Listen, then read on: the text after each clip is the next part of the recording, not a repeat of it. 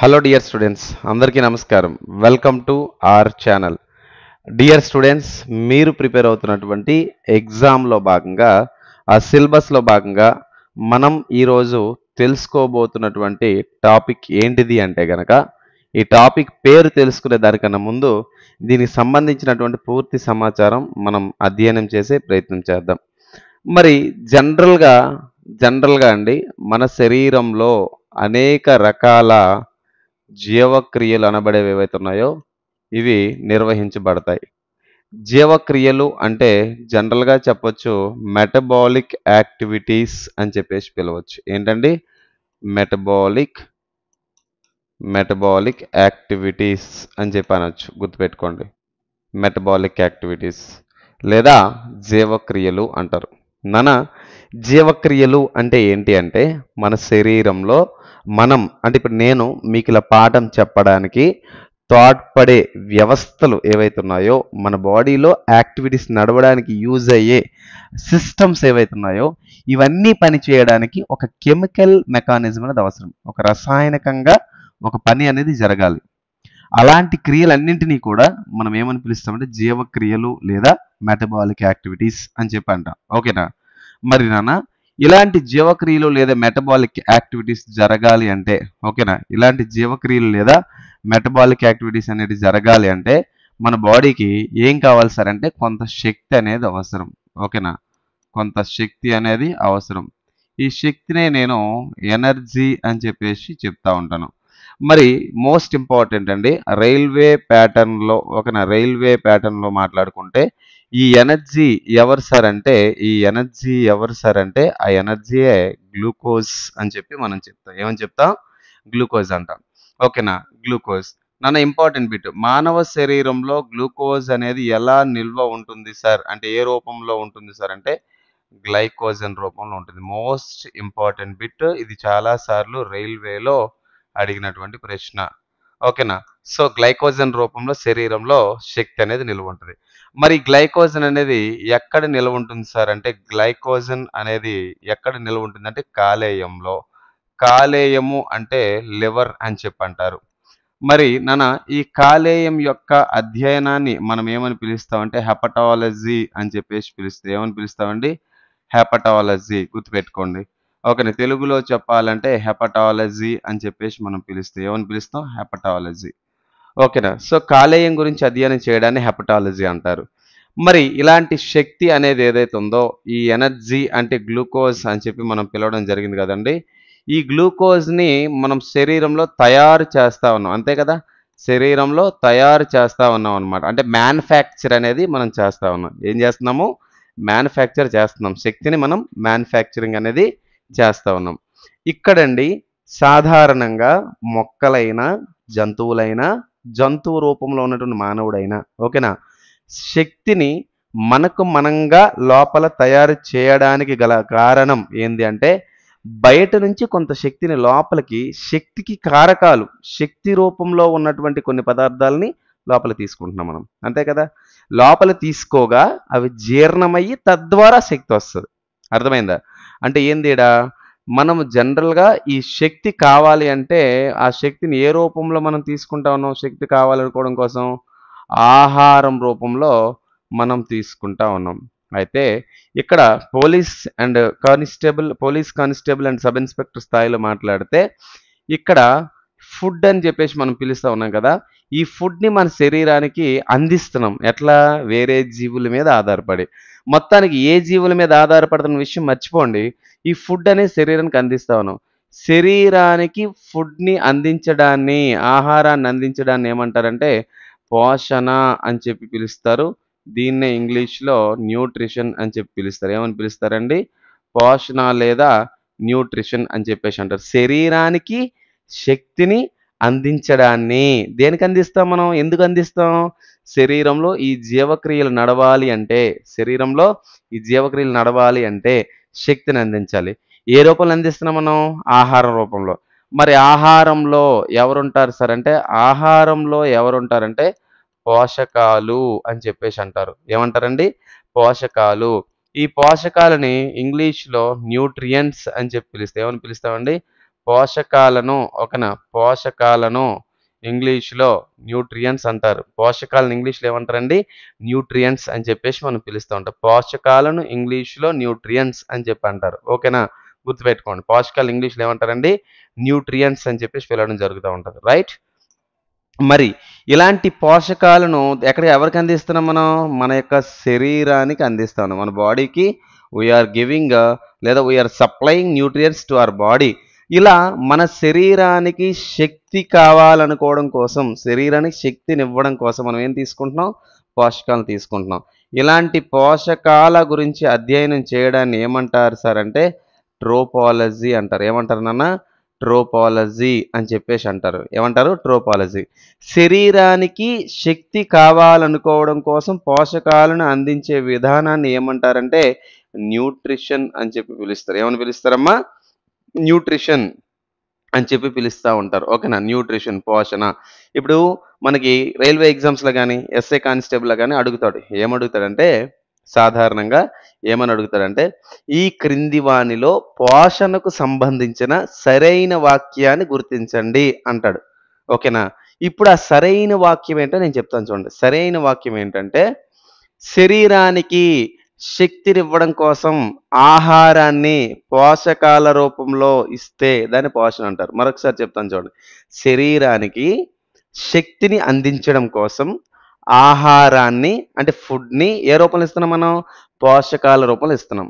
దాన్నే మనం ఏమని పిలుస్తా ఉన్నాం? న్యూట్రిషన్ లేదా పోషణ అంటున్నాం. ఇంగ్లీష్ మీడియంలో మాట్లాడదామా?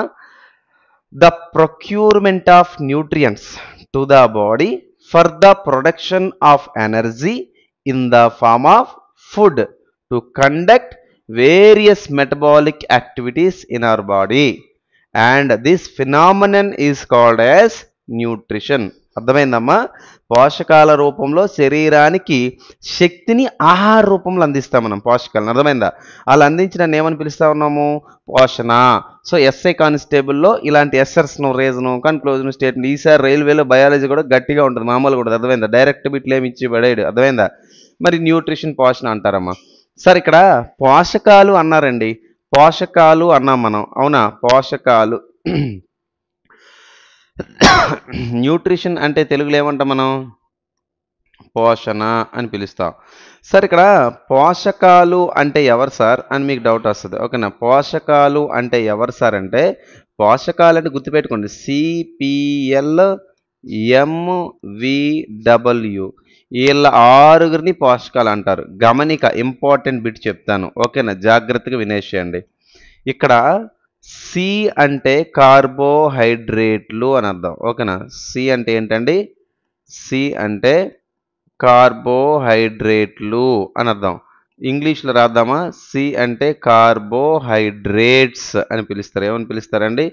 కార్బోహైడ్రేట్స్. ఓకేనా, తర్వాత పి అంటే ప్రోటీన్స్ అని అర్థం. తెలుగులో ప్రోటీన్లు, ఇంకా స్వచ్ఛమైన తెలుగులో చెప్తే మాంసకృత్తులు అంటారు. మరి ఎగ్జామ్లో ఏం చేస్తున్నాడు అంటే రైల్వే లాంటి ఎగ్జామ్స్లో అయితే గూగుల్ ట్రాన్స్లేషన్ ఇంగ్లీష్ క్వశ్చన్ తెలుగులో ఇచ్చేస్తున్నాడు యాస్టీజ్గా. నీకోసం తచ్చు తెలుగులో ట్రాన్స్ఫర్ చేయరు. ఆంధ్ర పీపుల్ ఏం క్వశ్చన్ పేపర్ రాయరు కదా. ఓకేనా, సరే చూడండి. కార్బోహైడ్రేట్లు స్వచ్ఛమైన తెలుగులో అయితే పిండి పదార్థాలు అంటారు. ఓకేనా, ఏమంటారంటే పిండి పదార్థాలు. ప్రోటీన్లు తెలుగులో అయితే మాంసకృత్తులు అంటారు. ఓకేనా, so I can write in English and this is proteins. ఓకేనా, రైట్. తర్వాత ఎల్ అంటున్నా, ఎల్ ఫర్ లిపిడ్లు అంటున్నాను. సింపుల్గా లిపిడ్స్ అంటాను.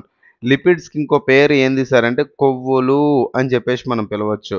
ఓకేనా, సో ఇంగ్లీష్లో మనం రాద్దామా? లిపిడ్స్ అని చెప్పి పిలుస్తాం. ఓకేనా, ఇంగ్లీష్ మీడియం వాళ్ళకి కూడా ఈజీగా అర్థమయ్యే విధంగానే చెప్పుకుందాం. ఓకేనా, ఏం తొందరలేదు, ప్రశాంతంగా చెప్పుకుందాం. నేను మీకు టైం అడగడం జరిగింది, టైం ఇవ్వండి, మంచిగా కంటెంట్ మీకు అందించే ప్రయత్నం చేస్తాను. ఓకేనా, తర్వాత ఎం, ఎం ఫర్ మినరల్స్ అండి. ఎం ఫర్ ఏంటి? మినరల్స్. ఓకేనా, మినరల్స్. మినరల్స్ అంటే తెలుగులో ఏమని పిలుస్తాం సార్ మనం అంటే ఖనిజాలు అని పిలుస్తాం. ఓకేనా, తర్వాత వి అంటే విటమిన్ అంటారు చాలామంది. విటమిన్ అని చదవకూడదు, వైటమిన్ అని చదవాలి. తెలుగులో మాత్రం మనం పిలవచ్చు. ఓకేనా, విటమిన్లు అని చెప్పేసి పిలవచ్చు అనమాట. ఓకేనా, అండ్ డబ్ల్యూకి వచ్చేసరికి అండి వాటర్. ఓకే, డబ్ల్యూకి వచ్చేసరికి ఏంటి? వాటర్ అంటే నీరు అని అంటాం, లేదా జలము, లేదా ఉదకము, మనం చదువుకున్నాక చిన్నప్పుడు. ఓకేనా, ఇక్కడ ఇంపార్టెంట్ పాయింట్ ఏంటో చెప్తాను చూడండి. ఏంటి సార్ ఇందులో ఇంపార్టెంట్ పాయింట్ ఉంది మీరు చెప్తా అన్నారు కదంటే అదే నేను చెప్తాను. నీరు అనేది పోషకం కాదు. చాలామంది తప్పు చదువుతారు. చాలామంది తప్పుగా బుక్స్‌లో చాలా డేటాలో చాలా పుస్తకాల డేటా తప్పుంది. ఓకేనా? ఇది నేనెలా చెప్తున్నా సరే నేను కూడా ఐసీఎస్‌సి, ఓస్వాల్ బుక్స్ అని లేకపోతే ఎన్‌సీఈఆర్‌టీ బుక్స్ అన్నీ పక్కన పెట్టి కంపేర్ చేసుకుని ఎక్కడైనా లైన్ ఇచ్చాడా అంటే ఆంధ్ర టెక్స్ట్ బుక్ పాత టెక్స్ట్ బుక్‌లో 7వ తరగతిలో ఇచ్చాడు. నీరు కూడా పోషకం అన్నాడు తప్ప కొత్త పుస్తకాలు ఎక్కడా లేదు. ఓకేనా? ఏంటి సార్ ఈ పాయింట్ అంటే నీరు అనేది సాధారణంగా ఏదైనా ఆహార పదార్థాన్ని గాని, ఎలాంటి పదార్థాన్నైనా తనతో పాటు కలుపుకోగలిగే సామర్థ్యం ఉన్నది. ఒకటి పాయింట్. రెండో పాయింట్. నీరు అనేది ఏదైతే ఉందో ఇది విశ్వద్రావిని. దీన్నే మనం ఏమని పిలుస్తామంటే యూనివర్సల్ సాల్వెంట్ అని చెప్పి పిలుస్తాం. ఏమని పిలుస్తామండి? నీటిని మనం యూనివర్సల్ సాల్వెంట్ అంటాం. అంటే ఎందులోనైనా ఇది కలవగలదు. అర్థమైందా? యూనివర్సల్ సాల్వెంట్ అంటాం. సో, తెలుగులో తీసుకుంటే విశ్వద్రావణి అని చెప్పి పిలుస్తారు. ఏమని పిలుస్తారండి? విశ్వద్రావణి అంటారు. సో, ఇప్పుడు మీకు అర్థమై ఉంటది. కాబట్టి ఇప్పుడు మనం పోషకాలను ఎవరెవరు సార్ అంటే మనం గుర్తుపెట్టుకుందాం. సిపిఎల్ఎంవి ఈళ్ళనే అనుకోవాలి. అర్థమైందా? సిపిఎల్ఎంవి అని చెప్పి మనం పిలుచుకోవచ్చు. అయితే ఇప్పుడు నేనేమంటానంటే ఇక్కడ ఉన్నటువంటి సిపిఎల్ అనేటివి ఏవైతే ఉన్నాయో సిపిఎల్ అని మళ్ళీ చెప్పవసరం లేదనుకోండి. ఇక్కడ ఉన్నాయి కదా ఆల్రెడీ రాశాను కదా. సిపిఎల్ అంటే కార్బోహైడ్రేట్లు, ప్రోటీన్లు, లిపిడ్లు అంటే కొవ్వులు అని అనుకున్నాం కదా వీటిని. ఇవి శరీరానికి ఎక్కువ మొత్తంలో కావాలి. అధిక మొత్తంలో కావాలి. అధిక మొత్తంలో కావాలి కాబట్టి వీటిని ఏమంటారంటే స్థూల పోషకాలు అని చెప్పేసి పిలుస్తారు. ఏమని పిలుస్తారండి? స్థూల పోషకాలు అని చెప్పేసి పిలుస్తారు. ఓకేనా? ఇంగ్లీష్‌లో దీన్ని మనం మ్యాక్రో న్యూట్రియంట్స్ అని చెప్పి పిలుస్తాం. ఏమని పిలుస్తామండి వీటిని ఇంగ్లీష్‌లో? మ్యాక్రో న్యూట్రియంట్స్ అని చెప్పేసి మనం పిలుస్తాం. ఓకేనా? స్థూల పోషకాలు.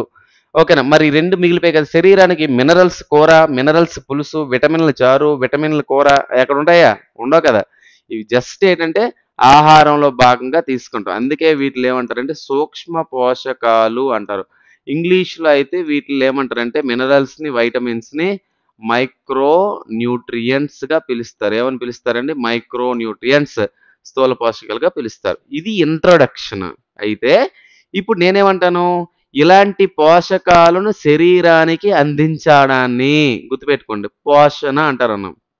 మరి నాన్న ఈ పోషకాలైన ఆహారమైనా లేకపోతే కూరైనా, చారైనా, బిర్యానీ అయినా లేకపోతే ఏదైనా నువ్వు ఎట్ట తీసుకోవాలా? నోటి ద్వారానే తీసుకోవాలి. ఇప్పుడు నేనేమంటాను? నోటి ద్వారా తీసుకోవాలి అని చెప్తున్నాను. నోరు ద్వారా. దాన్ని నేను ఇంగ్లీష్‌లో మౌత్ అని రాస్తాను. నోరుని ఇంగ్లీష్‌లో మౌత్ అని అంటారు కాబట్టి. ఓకేనా? మౌత్ అని అంటారు. నోటి ద్వారా మనం తీసుకోవాలి అని చెప్తున్నాం. నోటి ద్వారా తీసుకున్న తర్వాత ఈ ఆహారం అనేది ఏమవ్వాలండి? ఆహారం ఏమవ్వాలా? జీర్ణం అవ్వాలా? జీర్ణం అవ్వడాన్ని ఇంగ్లీష్‌లో మనం ఏమని పిలుస్తాం? డైజెషన్ అని చెప్పి పిలుస్తాం. ఏమని పిలుస్తామండి? డైజెషన్. అంటే నోటి ద్వారా ఆహారం తీసుకుంటున్నాము. తీసుకున్న తర్వాత ఏమవుతుంది ఆహారం అంటే జీర్ణం అవుతుంది. జీర్ణం అవ్వగా మనకేం లభిస్తుంది సార్ అంటే శక్తి లభిస్తుంది. ఈ శక్తినే నేను ఎనర్జీ అని చెప్పేసి పిలుస్తా ఉన్నాను. శక్తిని ఏమని పిలుస్తున్నాను? ఎనర్జీ అని చెప్పి పిలుస్తా ఉన్నాను. అంటే మీకిప్పుడు అర్థం కావాల్సింది ఏంటంటే నోటి ద్వారా ఆహారం తీసుకున్న తర్వాత శరీరంలో ఎలా జీర్ణం అవుతుంది అనేది నీకు తెలియాలి. ఎలా డైజెస్ట్ అవుతుంది అని తెలియాలి. అలా తెలియాలి అంటే ఈ డైజెషన్ జీర్ణానికి సంబంధించినటువంటి ఒక వ్యవస్థ మన శరీరంలో ఉంటది. దాన్నే నేనేమంటానంటే జీర్ణ వ్యవస్థ అని పిలుస్తాను. ఏమని పిలుస్తాను దాన్ని? జీర్ణ వ్యవస్థ. ఏమని పిలుస్తానమ్మా? జీర్ణ వ్యవస్థ అని చెప్పి పిలుస్తాను. గుర్తుపెట్టుకోండి. దాన్ని నేనేమని పిలుస్తాను? జీర్ణ వ్యవస్థ అని చెప్పి పిలుస్తాను. ఓకేనా? జీర్ణ వ్యవస్థని ఇంగ్లీష్‌లో ఏమని పిలుస్తాం సార్ అంటే డైజెస్టివ్ సిస్టమ్ అంటారు. ఏమంటారేమో? డైజెస్టివ్ సిస్టమ్ గుర్తుపెట్టుకోండి. డైజెస్టివ్ సిస్టమ్ జీర్ణ వ్యవస్థ అంటారు. ఓకేనా? ఇప్పుడు నాకు ఇక్కడ స్లోగా చెప్పడానికి కారణం ఏంటంటే మీలో మ్యాథ్స్ స్టూడెంట్స్ ఉండొచ్చు, ఆర్ట్స్ స్టూడెంట్స్ ఉండొచ్చు, బయాలజీ స్టూడెంట్లు ఉండొచ్చు. బేసిక్స్ నుంచి మనం చదువుకొని వెళ్తే చాలా నీట్‌గా మీకు అర్థమైపోద్ది. అంటే బయాలజీ ఇంకెప్పటికీ మర్చిపోకూడదనమాట. అర్థమైందా? బేసిక్స్ నుంచి మనం నేర్చుకొని వెళ్ళాలి. చాలా చాలా బేసిక్స్ నుంచి నేర్చుకోవాలి. ఓకేనా? ఈవెన్ మన మెటీరియల్ కూడా బేసిక్స్‌తోనే రాసాం పీడీఎఫ్ అనేది. అర్థమైందా? ఇలాగే బేసిక్స్ నీట్‌గా అందరికి అర్థమయ్యే విధంగా. ఓకేనా? రైట్. జీర్ణ వ్యవస్థ అని చెప్పి అంటాం. ఏమన్నామండి? జీర్ణ వ్యవస్థ. నాన్న ఇక్కడ ఈ జీర్ణ వ్యవస్థ యొక్క విధులేంటంటే జీర్ణ వ్యవస్థ యొక్క ఫంక్షన్స్ ఏంటంటే ఫుడ్‌ని ఏం చేయాలి? జీర్ణం చేయాలి. ఏం చేయాలి? జీర్ణం చేయాలి. ఇప్పుడు సార్ ముందు నుంచి వీడియోలో జీర్ణం జీర్ణం జీర్ణం అంటే ఏంటి సార్ ఈ జీర్ణం అంటే? ఇప్పుడు ఎగ్జామ్‌లో పోలీస్ కానిస్టేబుల్ ఎస్ఐలో అడుగుతాడు. ఈ క్రింది వాళ్ళలో జీర్ణానికి సంబంధించి సరైన వాక్యం ఏంటని అడుగుతాడు. అయిపోద్ది మన పని. జీర్ణం అంటే ఏంటి అంటే నాన్న, కాంప్లెక్స్ ఫుడ్ మాలిక్యూల్స్‌ని అంటే టఫ్‌గా, హార్డ్‌గా ఉన్నటువంటి ఆహార పదార్థాలను ఎలా మార్చాలంట? సింపుల్‌గా మార్చాలి. సరళంగా మార్చాలి. ఎలా మార్చాలండి? కాంప్లెక్స్ ఫుడ్ మాలిక్యూల్స్‌ని సింపుల్‌గా, సరళంగా మార్చాలి. మార్చగా ఏమొస్తది మనకి? ఎనర్జీ వస్తది. ఏమొస్తదండి? ఎనర్జీ వస్తదనమాట. తెలుగులో జీర్ణం లేదా డైజెషన్ అనగానేమి అని ఎవరైనా అడిగితే ఏం చెప్తారంటే, సంక్లిష్ట ఆహార పదార్థాలనేవి సరళ ఆహార పదార్థాలుగా మారి తద్వారా శక్తి వస్తుంది.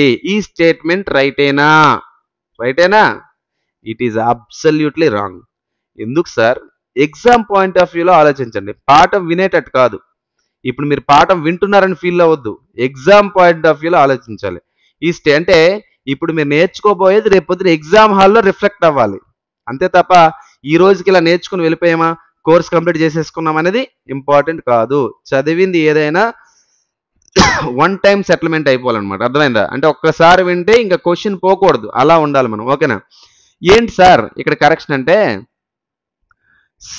సంక్లిష్టమైనటువంటి ఆహార పదార్థాలు సరళమైనటువంటి ఆహార పదార్థాలుగా కొన్ని రకాల ఎంజైమ్లు మరియు కొన్ని రకాల హార్మోన్ల సమక్షంలో, గుర్తుపెట్టుకోండి, కొన్ని రకాల ఎంజైమ్ల సమక్షంలో, కొన్ని రకాల హార్మోన్ల సమక్షంలో. ఓకేనా? ఇంగ్లీష్లో ఎంజైమ్ అంటే ఎంజైమ్ అనే అంటాం. ఓకేనా? సో హార్మోన్ అంటే ఇక్కడ కూడా హార్మోనే అని అంటాం. ఓకేనా? హార్మోనే అని అంటాం. So enzyme hormone enzyme hormone. So ఇక్కడ ఇంగ్లీష్లో డెఫినేషన్ చెప్తాను చూడండి.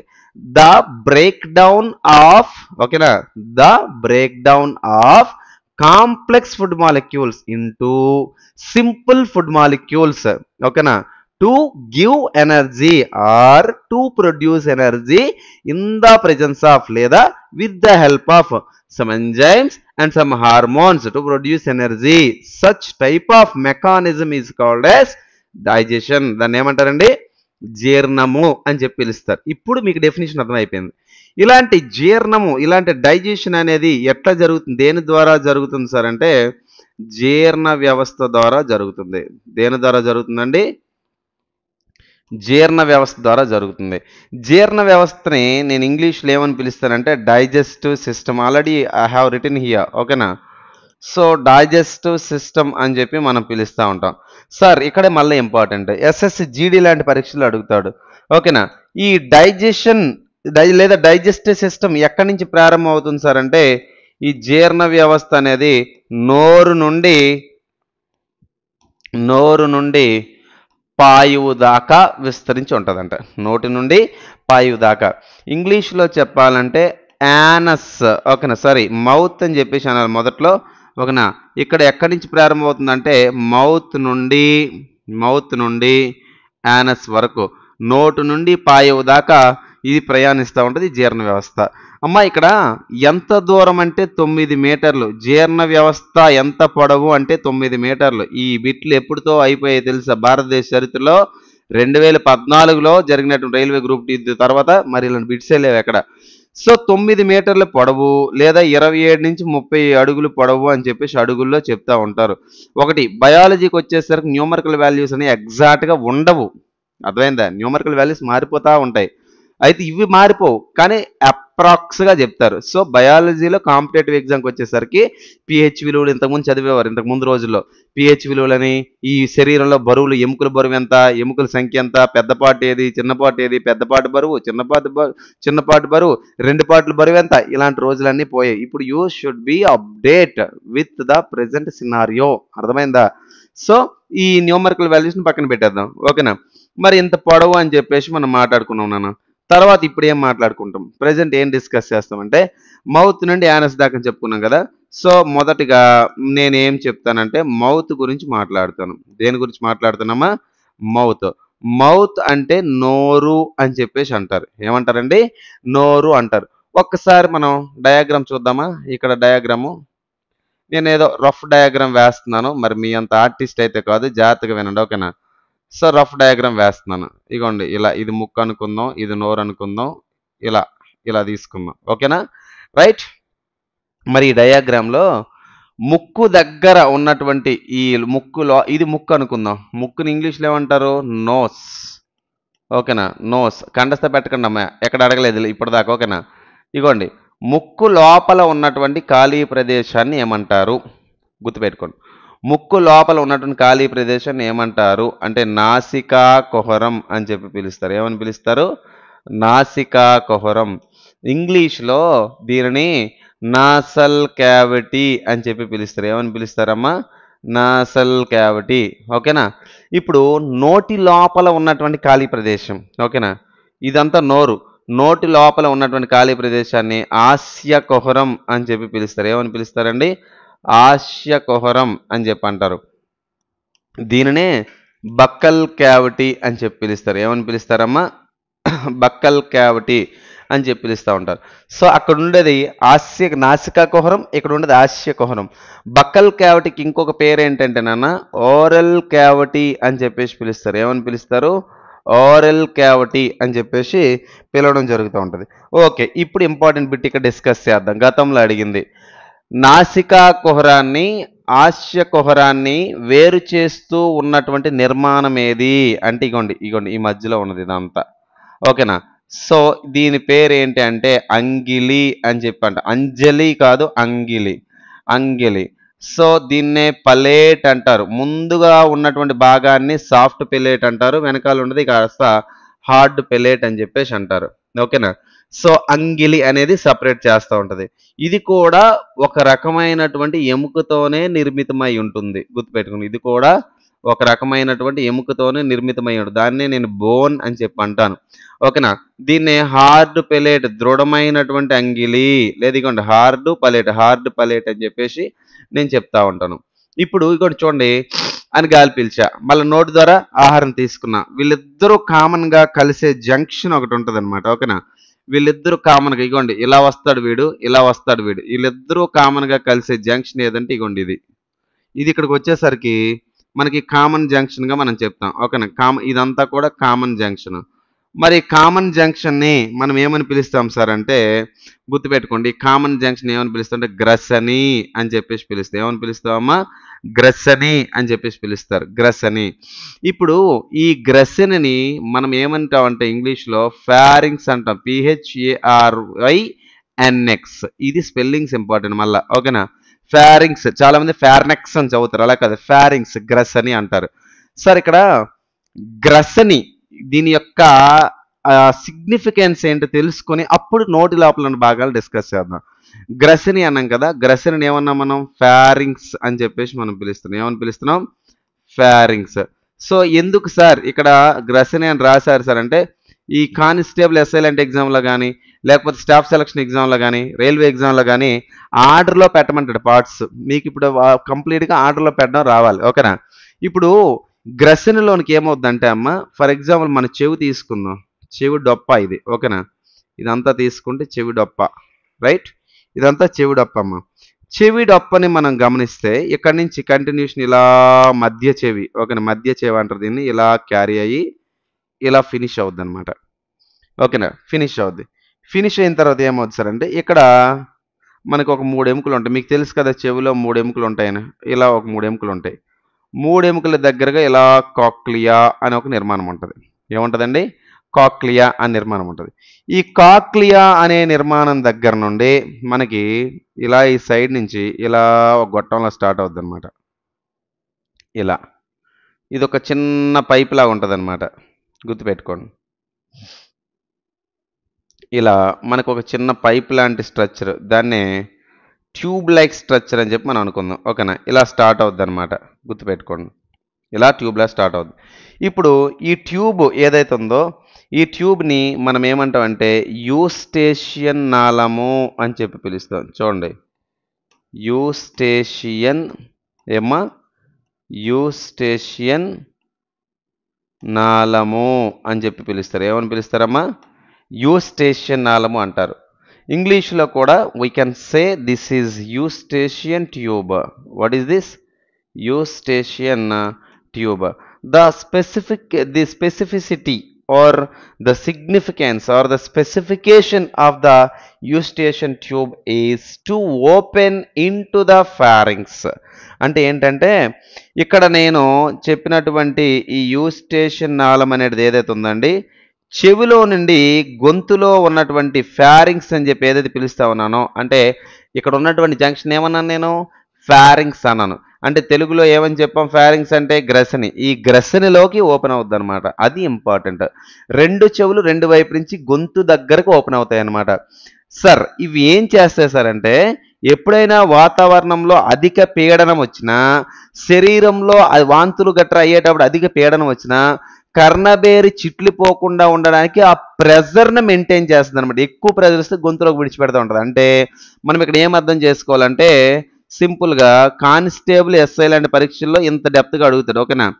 సో పీడనాన్ని నిరోధించడానికి లేదా పీడనాన్ని మేనేజ్ చేయడానికి, అర్థమైందా?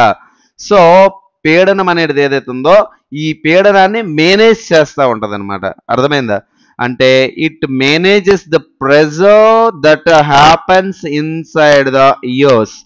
చెవులలో ఉన్నటువంటి పీడనాన్ని సమతుల్యతగా మార్చడానికి ఉపయోగపడే గొట్టం వంటి నిర్మాణం లేదా నాళము వంటి నిర్మాణం.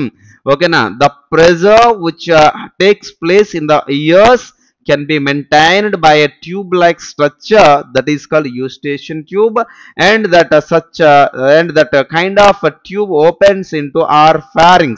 మన యొక్క గ్రసనలోకి ఓపెన్ అవుతుంది అన్నమాట. ఎందుకు ఓపెన్ అవుతుందంట? ప్రెజర్ని బ్యాలెన్స్ చేయడానికి. It is very very very very important అండి.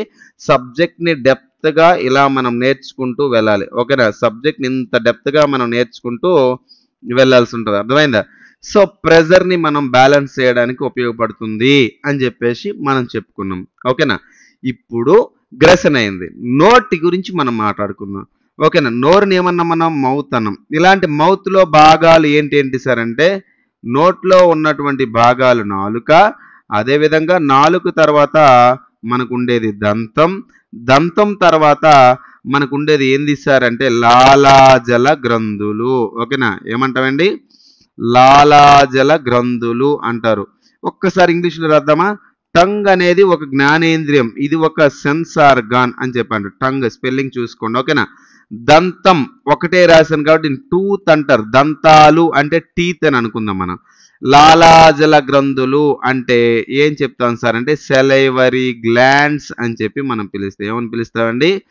సెలైవరీ గ్లాండ్స్ అని చెప్పి మనం పిలవడం జరుగుతుంది. అస్సలు మర్చిపోకూడదు. ఓకేనా?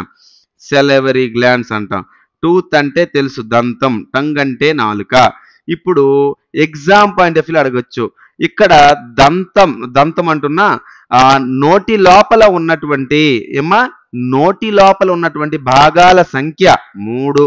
ఒకటోది ఏంది సార్ అంటే నాలుక, రెండవది దంతం అంటే టూత్, నాలుక అంటే టంగ్, తర్వాత లాలాజల గ్రంథులు అంటే సెలైవరీ గ్లాండ్స్ అంటారు.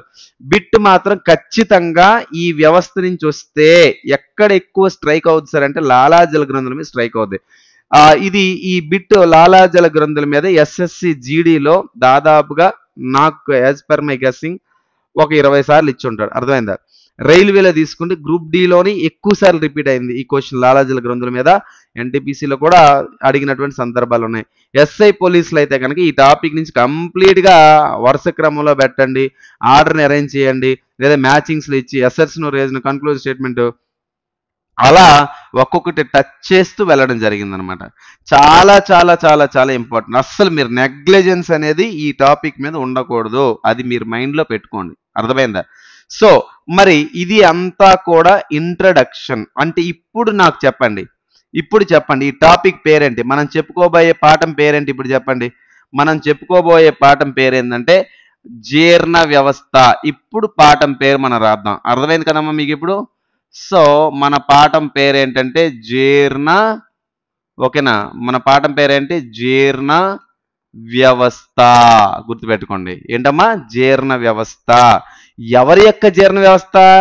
మానవుని జీర్ణ వ్యవస్థ. అప్పుడు మళ్ళీ రాద్దాం ఇక్కడ. ఓకేనా? మానవుని జీర్ణ వ్యవస్థ. ఇంగ్లీష్లో అయితే డైజెస్టివ్ సిస్టమ్ అంటారు. ఏమంటారండి? డైజెస్టివ్ సిస్టమ్ ఇన్ మ్యాన్ లేదా హ్యూమన్ డైజెస్టివ్ సిస్టమ్ అంటారు. ఇది హెడ్డింగ్. అర్థమైందా? సో ఫ్లాష్ బ్యాక్ మొత్తం తెలిస్తే అప్పుడు సినిమా స్టార్ట్ చేసుకోవచ్చు మనం. అర్థమైందా? ఇలా మనం ప్రతి టాపిక్ని కూడా ఆరాంగా ప్రశాంతంగా మీరు వింటూ ఉండండి. మంచి కంటెంట్ అనేది మీకు ఇచ్చే ప్రయత్నం చేస్తాను. ఓకేనా? రైట్, నెక్స్ట్ వీడియోలో మళ్ళీ కలుద్దాం. Stay tune. Thanks for watching this video. Thank you very much. Have a nice day. Thank you all.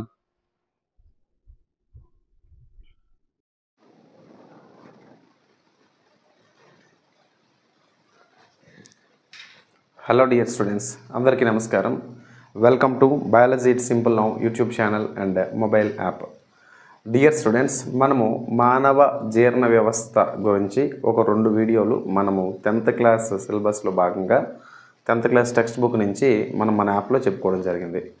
మరి ఇప్పుడు దానికి కంటిన్యూషన్ ఏదైతే ఉందో కంటిన్యూషన్లో భాగంగా మనం ఇప్పుడు డిస్కస్ చేయబోయేది ఏంటంటే మానవ జీర్ణ వ్యవస్థలో 3rd వీడియో మనం డిస్కస్ చేస్తున్నాం. మరి ఈ జీర్ణ వ్యవస్థ నుంచి ప్రశ్నలు అనేటివి చాలా ఎగ్జామ్స్లో వస్తూ ఉన్నాయి. ట్రెడిషనల్గా మనం చదవడం కన్నా అంటే రెగ్యులర్గా ఒకటే విధంగా కాకుండా మల్టిపుల్ డైమెన్షన్స్లో అంటే ఫ్యూచర్లో మరొక 4-5 సంవత్సరాల తర్వాత మనం ఎగ్జామ్స్ రాసినప్పటికి కానీ అంటే ఎలాంటి ఎగ్జామ్ రాసినా కానీ మనం ఆ యొక్క టఫ్నెస్ని తట్టుకునే విధంగా మనం కంప్లీట్గా ఎన్సీఆర్టీ పుస్తకాలు, తెలుగు అకాడమీ పుస్తకాలు కలిపి సమ్మిళితంగా మనం నేర్చుకుంటూ ముందుకు వెళ్దాం. రైట్, మరి ఇప్పుడు మనం తెలుసుకోబోతున్నటువంటి అంశం ఏంటి అంటే జీర్ణ వ్యవస్థలో భాగంగా మనం తెలుసుకోబోతున్నటువంటి అంశం మొదటిగా జీర్ణ వ్యవస్థ అని చెప్పడం జరుగుతుంది. సో టాపిక్ పేరు వచ్చేసరికి జీర్ణ వ్యవస్థ, మానవ శరీరంలో ఉన్నటువంటి జీర్ణ వ్యవస్థ. ఓకే, ఈ జీర్ణ వ్యవస్థ వీడియో నెంబర్ 3 అన్నమాట. ఓకే, యాప్లో. రైట్, మరి జీర్ణ వ్యవస్థలో మనం నాలుక గురించి మాట్లాడుకున్నాము, అదేవిధంగా దంతాల గురించి మనం మాట్లాడుకున్నాము, అదేవిధంగా లాలాజల గ్రంథుల గురించి మాట్లాడుకున్నాము. మరి ప్రజెంట్ మనము ఏమి మాట్లాడుకుంటామంటే కనుక మనము దాని తర్వాత భాగమైనటువంటి ఓకేనా ఆహార నాళం గురించి మనం మాట్లాడుకుందాం. దానికన్నా ముందు ఒకసారి లాలాజల గ్రంథుల గురించి మీకు ఒకసారి గుర్తు చేసే ప్రయత్నం చేస్తానండి. లాలాజల గ్రంథులు, ఓకేనా, లాలాజల గ్రంథులు అంటారు. లాలాజల గ్రంథులు అంటే సెలవరీ గ్లాండ్స్ అని చెప్పి మనం పిలవడం జరుగుతూ ఉంటుంది. ఏమని పిలుస్తామండి? లాలాజల గ్రంథులు అంటే సెలవరీ గ్లాండ్స్ అంటారు. మరి లాలాజల గ్రంథులు ఏం చేస్తాయి? ఓకేనా, సెలవరీ గ్లాండ్స్ ఏం చేస్తాయి? ఇవి ఎక్కడ ఉంటాయి సార్ అంటే నోటిలో ఉంటాయి. లాలాజల గ్రంథులు అనేవి సాధారణంగా నోటిలోనే ఉండడం జరుగుతుంది. ఇవి సాధారణంగా 3 జతలు అనేటివి ఉండడం జరుగుతుంది. ఇటీవల మనకి నెదర్లాండ్ దేశానికి చెందినటువంటి శాస్త్రవేత్తలు ఎవరైతే ఉన్నారో వీరు 4వ జత అయినటువంటి లాలాజల గ్రంథిని కనుక్కోవడం జరిగింది. ఆ 4వ జత లాలాజల గ్రంథి ఏదైతే ఉందో అది ట్యూబేరియా. దీని యొక్క ఫంక్షన్ అనేది ఏంటనేది కనుక్కోవడం ఇప్పటికొచ్చి జరగలేదు. మరి 4వ జత లాలాజల గ్రంథి ఎక్కడ ఉంటుంది సార్ అంటే నాలుక క్రింద ఉండడం అనేది జరుగుతుంది. దేని కిందండి? నాలుక క్రింద ఉండడం అనేది జరుగుతుంది. మరి ఈ 4 జతలు కలిగినటువంటి ఈ లాలాజల గ్రంథులు ఏవైతే ఉన్నాయో వీటి యొక్క విధులు ఏంటి అనేది మనం తెలుసుకునే ప్రయత్నం చేద్దాం. ఓకేనా, ఈ 4 జతల లాలాజల గ్రంథులకు సంబంధించి అయితే ఇందులో భాగంగా మనకి 3 జతలు ఏంది అనేది ఫస్ట్ తెలుసుకుందాం. 4th పేరు గురించి మనకి ఫంక్షన్ అనేది తెలియదు కాబట్టి. ఓకేనా, మరి 3 జతల లాలాజల గ్రంథుల్లో భాగంగా మనము 3 జతలు అని చెప్తున్నాం కదా, ఆ 3 జతల పేర్లు అనేది మనం తెలుసుకుందాం. మొదటిది ఏంటంటే అదో జిహ్విక. మొదటిది ఏంటమ్మా? మొదటిది ఏంటి? అదో జిహ్విక. రెండోది వచ్చేసరికి అదో జంబిక. ఇంగ్లీష్ మీడియంలో రాస్తాను, తొందరపడకండి. ఓకేనా, అదో జంబిక. మూడోది వచ్చేసరికి పెరోటిడ్ అని చెప్పేసి పిలుస్తాయి. ఏమని పిలుస్తామండి? పెరోటిడ్ అని చెప్పి మనం పిలవడం జరుగుతూ ఉంది.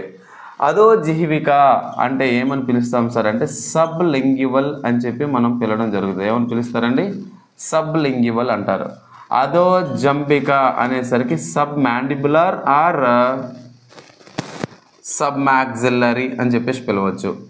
మరి మూడవది వచ్చేసరికి ఇంగ్లీష్లో పెరోటిడ్ అని చెప్పి మనం పిలవడం జరుగుతుంది. ఏమని పిలుస్తారండి?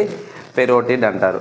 మరి అదో జిహ్విక అని పిలుస్తున్నటువంటి లాలాజల గ్రంథి ఎక్కడ ఉంటుంది సార్ అంటే నాలుక క్రింద. గుర్తుపెట్టుకోండి, ఎక్కడన్నా నాలుక క్రింద, బిలో ద టంగ్ అనమాట. ఓకేనా, అదో జైవిక.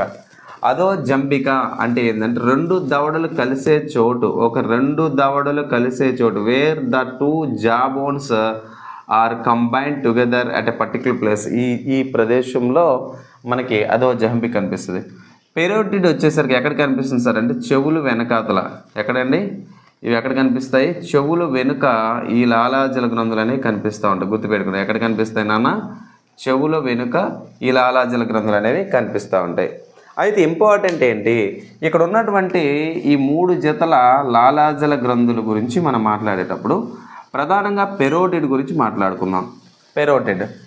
పెరోటిడ్కి వచ్చేసరికి పారామిక్సో వైరస్ అని పిలుస్తున్నటువంటి, ఓకేనా, పారామిక్సో వైరస్ అని పిలుస్తున్నటువంటి సూక్ష్మజీవి ఎప్పుడైనా కానీ ఈ పెరోటిడ్ అని పిలుస్తున్నటువంటి ఈ గ్రంథికి, ఓకేనా, పెరోటిడ్ అని పిలుస్తున్నటువంటి గ్రంథికి ఇన్ఫెక్షన్ అనేది ఎప్పుడైనా క్రియేట్ చేస్తే గుర్తుపెట్టుకోండి, ఎప్పుడైనా కానీ పారామిక్సో వైరస్, ఓకేనా, పారామిక్సో వైరస్ అని పిలుస్తున్నటువంటి ఈ సూక్ష్మజీవి అనేది ఇక్కడ ఉన్నటువంటి పెరోటిడ్ గ్రంథి, పెరోటిడ్ గ్లాండ్కి ఇన్ఫెక్షన్ కలిగిస్తే కనుక మనకు వచ్చే వ్యాధి ఏంటి సార్ అంటే ఆ వ్యాధి పేరు మంప్స్ అని చెప్పేసి మనం పిలుస్తారు. ఏమని పిలుస్తామండి? మంప్స్ అని చెప్పి మనం పిలవడం జరుగుతుంది. మంప్స్ అంటే ఏంటి సార్ అంటే గవద బిళ్ళలు అని చెప్పి మనం పిలుస్తాం. ఏమని పిలుస్తామండి? గవద బిళ్ళలు అని చెప్పి పిలవడం జరుగుతుంది. మరి గవద బిళ్ళలు అనేవి పారామిక్సో వైరస్ వల్ల రావడం అనేది జరుగుతుంది. మరి ఇలాంటి లాలాజల గ్రంథుల వల్ల ఉపయోగాలు ఏంటి లేదా వీటి యొక్క ఫంక్షన్స్ ఏంటి అనేది మనం తెలుసుకునే ప్రయత్నం చేద్దాం. విధులు, ఒక లాలాజల గ్రంథులు చేస్తున్నటువంటి విధులు ఏంటి అనేది మనం తెలుసుకుందాం. విధులు వచ్చేసరికి లాలాజల గ్రంథుల నుంచి అండి 2 ఎంజైమ్లు అనేవి రిలీజ్ అవుతాయి. గుర్తుపెట్టుకోండి, లాలాజల గ్రంథులు అనేటివి ఏవైతే ఉన్నాయో ఈ లాలాజల గ్రంథుల నుంచి 2 ఎంజైమ్లు అనేటివి ఏవైతే ఉన్నాయో 2 ఎంజైమ్లు రిలీజ్ అవ్వడం జరుగుతుంది. గుర్తుపెట్టుకోండి, ఓకేనా. లాలాజల గ్రంథులు ఏవైతే ఉన్నాయో లాలాజల గ్రంథుల నుంచి 2 ఎంజైమ్లు అనేవి రిలీజ్ అవుతాయి. 2 ఎంజైమ్స్ అనమాట. అందులో మొదటిది ఏంటి సార్ అంటే సెలైవరీ ఎమైలేజ్ అని చెప్పి మొదటిది పిలుస్తారు. మొదటిది ఏమని పిలుస్తారండి నాన్న? మొదటిది సెలైవరీ ఎమైలేజ్ అని చెప్పి పిలుస్తారు. దాన్నే తెలుగులో లాలాజల ఎమైలేజ్ అని చెప్పి పిలుస్తారు. ఏమని పిలుస్తారమ్మా? లాలాజల అమైలేజ్ అని చెప్పి పిలవడం జరుగుతూ ఉంది. అయితే లాలాజల ఎమైలేజ్కి ఇంకొక పేరు ఏంటి సార్ అంటే స్టియాప్సిన్ అని కూడా మనం పిలవచ్చు. ఏమని పిలవచ్చు అండి? స్టియాప్సిన్ అని చెప్పి పిలవచ్చు. మరి లాలాజల ఎమైలేజ్ అనేది ఏం చేస్తుంది సార్ అంటే కనుక ఈ లాలాజల ఎమైలేజ్ అనేది నోటిలో ఉన్నటువంటి పిండి పదార్థాలు లేదా కార్బోహైడ్రేట్లు, గుర్తుపెట్టుకోండి, నోట్లో ఉన్నటువంటి కార్బోహైడ్రేట్లు అనేవి ఏవైతే ఉన్నాయో ఈ కార్బోహైడ్రేట్లను, ఓకేనా, కార్బోహైడ్రేట్లను ఎలా మారుస్తుంది? సింపుల్ షుగర్స్గా మారుస్తుంది. ఫర్ ఎగ్జాంపుల్ డెక్స్ట్రోజ్ అని పిలుస్తున్నటువంటి సింపుల్ ఫామ్స్లోకి మార్చడానికి ఈ లాలాజల ఎమైలేజ్ అనేది ఉపయోగపడుతుంది. లాలాజల ఎమైలేజ్ దేనికి ఉపయోగపడుతుందంటే కార్బోహైడ్రేట్లను, దేనండి? కార్బోహైడ్రేట్లను ఎలా సింపుల్ షుగర్స్ అయినటువంటి డెక్స్ట్రోజ్ అండ్ గ్లూకోజ్లుగాను మార్చేందుకు ఉపయోగపడుతూ ఉంటుంది ఇక్కడ ఉన్నటువంటి సెలైవరీ ఎమైలేజ్. మరి సెలైవరీ ఎమైలేజ్ తర్వాత మరొక ఎంజైమ్ ఏంటి సార్ అంటే కనుక దాన్ని మనం లైసోజైమ్ అని చెప్పేసి పిలుస్తామండి. ఏమని పిలుస్తామమ్మా? లైసోజైమ్ అని చెప్పి పిలుస్తారు. ఓకేనా, గుర్తుపెట్టుకోండి, లైసోజైమ్. మరి ఈ లైసోజైమ్ని మనం ఏమని పిలుస్తామంటే దీన్ని యాంటీ బ్యాక్టీరియల్ ఎంజైమ్ అని చెప్పేసి మనం పిలవడం జరుగుతుంది. ఏంటన్నా? యాంటీ బ్యాక్టీరియల్ ఎంజైమ్ అని చెప్పి పిలుస్తారు. ఎందుకంటే ఎప్పుడైనా పాడైపోయినటువంటి ఆహారం మనం ఎప్పుడైనా తీసుకుంటే అందులో ఉన్నటువంటి బ్యాక్టీరియాని నశింపజేసే ఎబిలిటీ, నాశనం చేసే, బ్రేక్ డౌన్ చేసే ఎబిలిటీ దేనికి ఉంటుందంటే ఇక్కడ ఉన్నటువంటి లైసోజైమ్ అని పిలుస్తున్నటువంటి ఎంజైమ్కి ఉంటుంది. మరి లైసోజైమ్కి ఆ నేచర్ ఉంది కాబట్టి దీన్ని ఏమని పిలుస్తారు సార్ అంటే యాంటీ బ్యాక్టీరియల్ ఎంజైమ్ అని చెప్పి పిలవడం జరుగుతుంది. చాలా చాలా చాలా ఇంపార్టెంట్. మరి లాలాజల గ్రంథులు అనేవి ఎన్ని జతలు ఉన్నాయి సార్ అంటే దీన్ని బట్టి మనకు అర్థమైంది ఏంటి సార్ అంటే 3 జతల లాలాజల గ్రంథులు అనేవి ఉన్నాయి అన్నాం. ఆ 3 జతల్లో మొదటిది వచ్చేసరికి అదో జిహ్విక. మీరు సింపుల్గా ఇలా గుర్తుపెట్టుకోండి, సబ్లింగ్యువల్, సబ్ మాక్సిల్లరీ, అదేవిధంగా పెరోటిడ్ గ్రంథులకు వైరస్ వల్ల వచ్చే ఇన్ఫెక్షన్ ఏదైతే ఉందో ఇన్ఫెక్షన్ ద్వారా వచ్చే వ్యాధి ఏంటంటే గవద బిళ్ళలు అని చెప్పేసి మనం చెప్తాం, దాన్నే మమ్స్ అని చెప్పేసి కూడా మనం పిలవడం జరిగింది.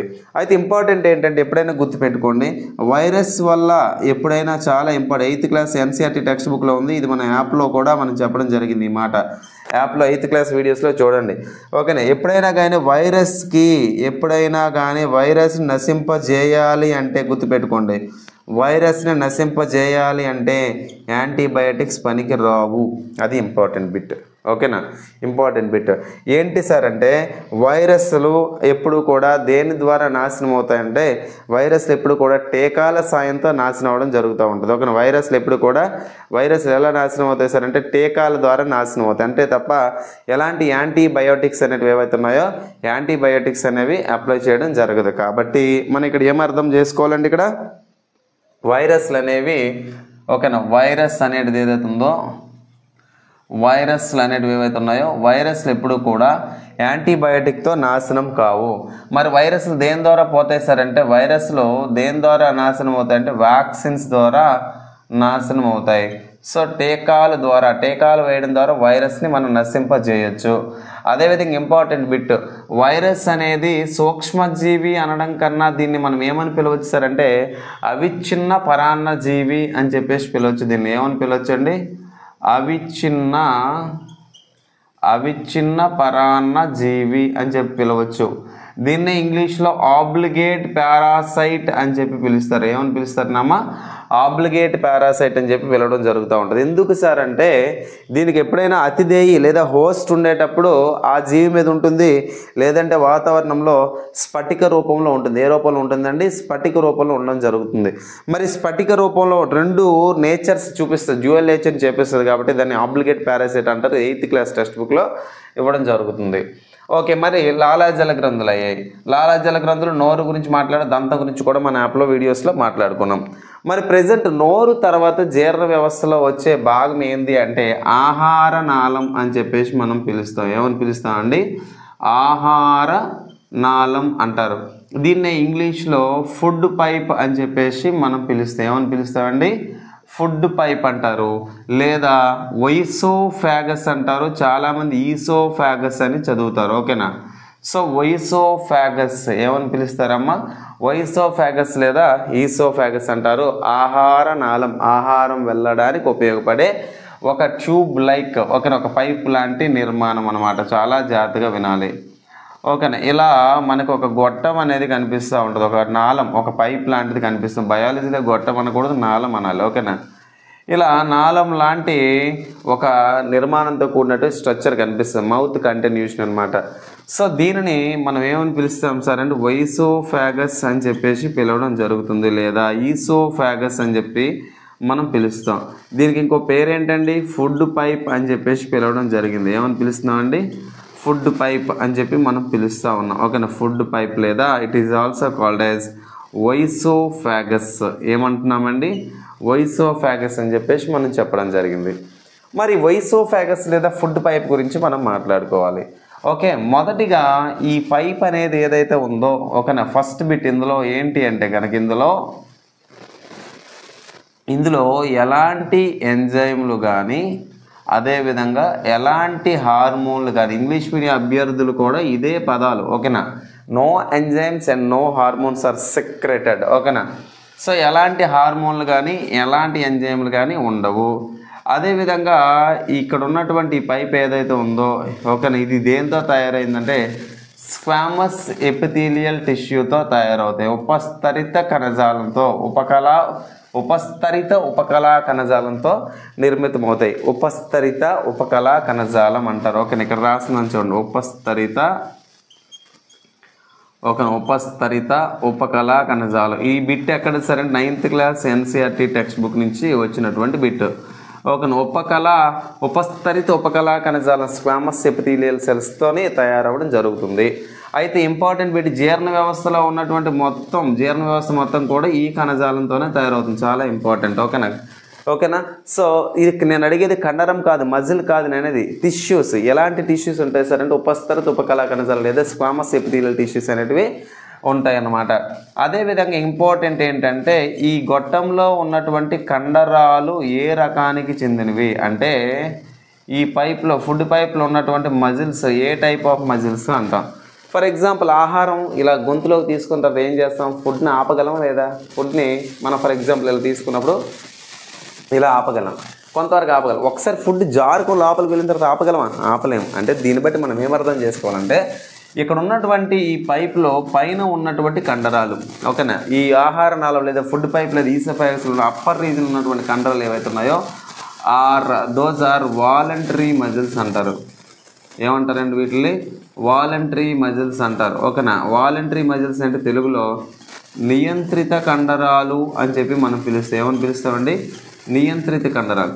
నియంత్రిత కండరాలు అంటే ఏంటి? ఏ కండరాలు అయితే మన కంట్రోల్లో ఉంటాయో, ఫర్ ఎగ్జాంపుల్ చెయ్యిని మనం లిఫ్ట్ చేస్తే మన కంట్రోల్లో చెయ్యి ఉంటుంది, మళ్ళీ ఇలా దించగలుగుతున్నాం, అవునా? అలా కనుక కంటి లోపల కనుపాప లేకపోతే కనుక చిన్న ప్రేగుల లోపల కదలికలు, ఈ పైప్ అనే కదలికలు మన కంట్రోల్లో ఉండవు అనమాట. ఓకేనా.